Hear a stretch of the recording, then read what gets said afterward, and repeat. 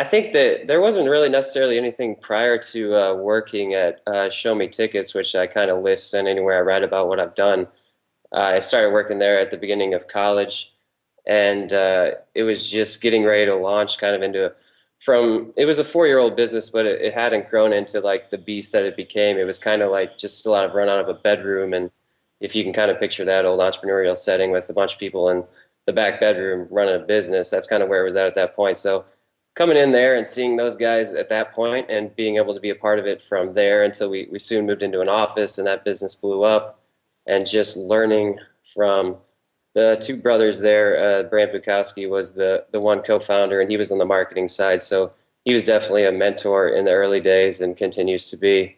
So I think it was just watching them and seeing it go so well from being in their bedroom to being a full, $20 million business in a few short years. I was just kind of along for the ride, and that kind of showed me the power of the internet marketing, and that you could do things on your own. And that was kind of concurrent with me, going to college and seeing that as an option, and well, sort of seeing that where that might lead. And I think that's just where it all started, and I got really excited about it and thinking that, you can pull this off. It doesn't matter who you are.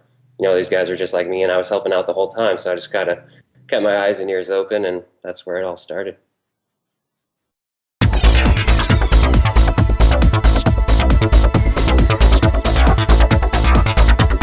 Yeah, definitely. It includes a ton of stuff on-page SEO is always one key aspect that a lot of people screw up in an overall online marketing campaign, but just SEO in general, you got to talk a lot about link building and content development on your site and other sites, and then all the other things around link building, whether that's link bait stuff or all the different ways that you can do it.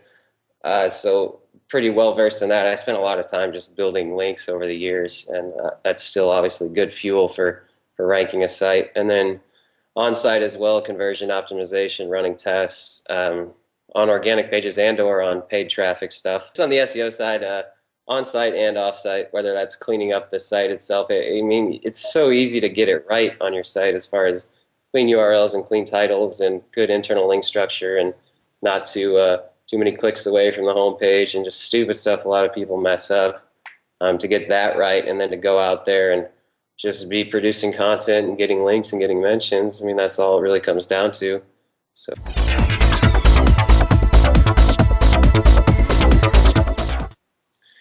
It depends on the business. Yeah, if you're a big ass brand like Southwest Airlines or something, you probably want to have somebody on Twitter all the time and on Facebook. And that's just a company that I kind of follow because I use them a lot and I like them. And I'm able to see their stuff where it's a seamless transition or seamless operation from their emails to their on-site to their text messages to their Twitter and their Facebook and things like that. For big ass companies like that, definitely. Yeah, I see it working a lot for those guys. It depends on how you build your business too. Some people, like my friend, the Rise to the Top guy, it's pretty much all social. He's on Twitter and Facebook all the time, interacting with his followers and his fans and his people that he may interview and commenters and everything. That's really the core of his business, so he has to be. Still, if you're just doing an affiliate or SEO play, I don't think that it's a necessity at all. It can be an added benefit, especially with our mortgage bank. We're able to use it to some I guess benefit, but there's certain people that will engage with you on those social platforms regardless of the type of business you have. So if you leave that untouched and unmonitored, then you're probably missing out on a certain percentage of the business you can have. But we haven't seen that become 20% of our business or anything like that. I think a lot of more straight SEO lead gen plays and or affiliate marketers would probably agree with that. So it's not a necessity. You can leave it hanging. You might be missing a certain piece, but I don't know. And there's also parts of it that are starting to drive back to SEO, right? So they're saying that a lot of retweets will get a page index faster, or all the things that Bing's integrating from Twitter. So social and SEO are starting to merge a little bit, so that can start to be interesting in the next couple of years, where maybe a like equals a link, or you got to start to look at those things in the same frame. So that's kind of where I'm looking at it at. I definitely don't think that it's a necessity for all businesses.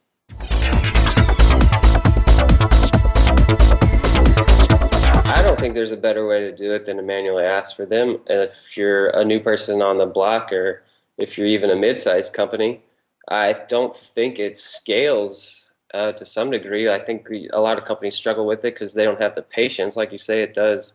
It is hard and time consuming, and the returns are low. You may send out 100 emails and only get 2 back or something like that. I mean, it used to be a lot better back in the day, but it's a bit of a loaded question and a loaded issue that a lot of people can't crack. But I don't think there's any way to do it better than to just honestly contact other site owners that are relevant and try to offer them something of value. Hopefully you're being creative enough to where you can do something that they are perceiving it as value. Of course, you can try to pay them, and that can work. It doesn't have to hurt you. I think it hurts you when you start to get a little bit lazy with it, or you use people and you're paying people that are going to get lazy with it.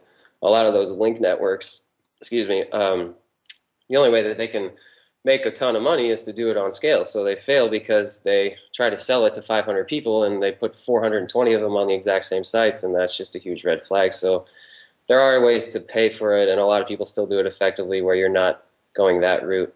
As far as getting links, other ways, of course, people take advantage of the social stuff and the link-based stuff, and they aren't paying for all those links, and people are finding out about them and linking to them naturally.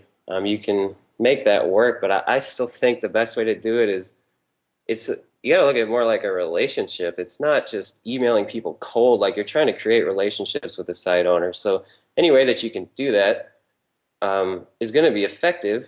We've tried to be a little bit more creative than, hi, I'm some random 18-year-old kid that Nathaniel hired in Colombia. Will you link to me? Trying to use people with more of a better background or more of a professional approach that we can partner with, whether that's journalists or industry experts. I think there's a lot to be said for creating like an industry expert in whatever industry you're in. There's like the kind of the circle jerk blogosphere for every industry out there, and if you can participate in that with a face and a name, then that can really help you get a lot of links and a lot of attention. And once you build up a certain momentum and a list of places that you've been featured or mentioned, then you can get a lot more down the road too. And then as far as on the company side, like, there's a lot of opportunities for you to get your company's name out there. People throw these out on the How to Get 20 Links lists all the time, where you can do charity things and be involved in the community and try to win awards. There's always an award that you can apply for, try to get your name mentioned in the paper locally. I mean, that's a little bit easier, but that's ways to get links and get mentions. And I think you just need to be a little bit more creative about it and not get stuck in the box of, I need to hire somebody to blast out emails to random site owners, because those days are definitely far and gone.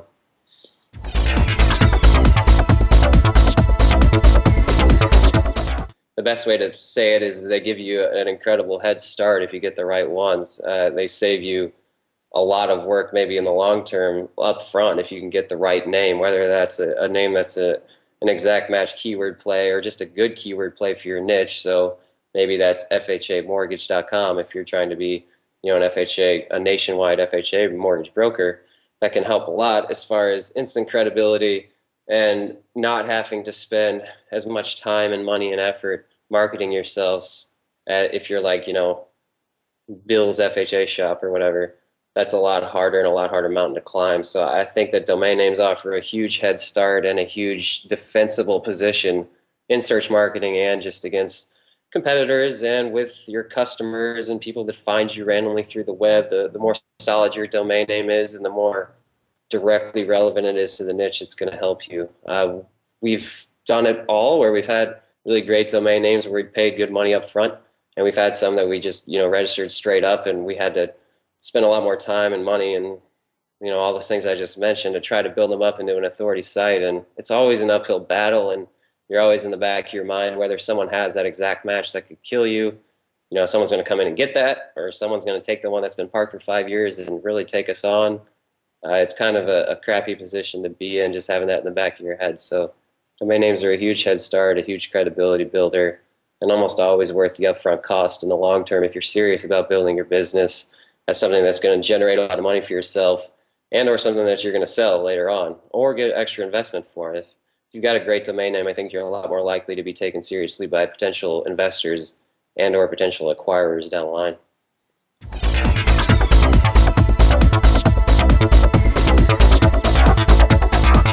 And, Angel investors do primarily two things for startups. The first is obviously on the capital side, they give them money to invest in their business, whether that's they've created something that needs additional funding to hire more people or to add sales, to add a backbone to the company and take it to the market and start to bring in more revenue. Angel investors provide financial help.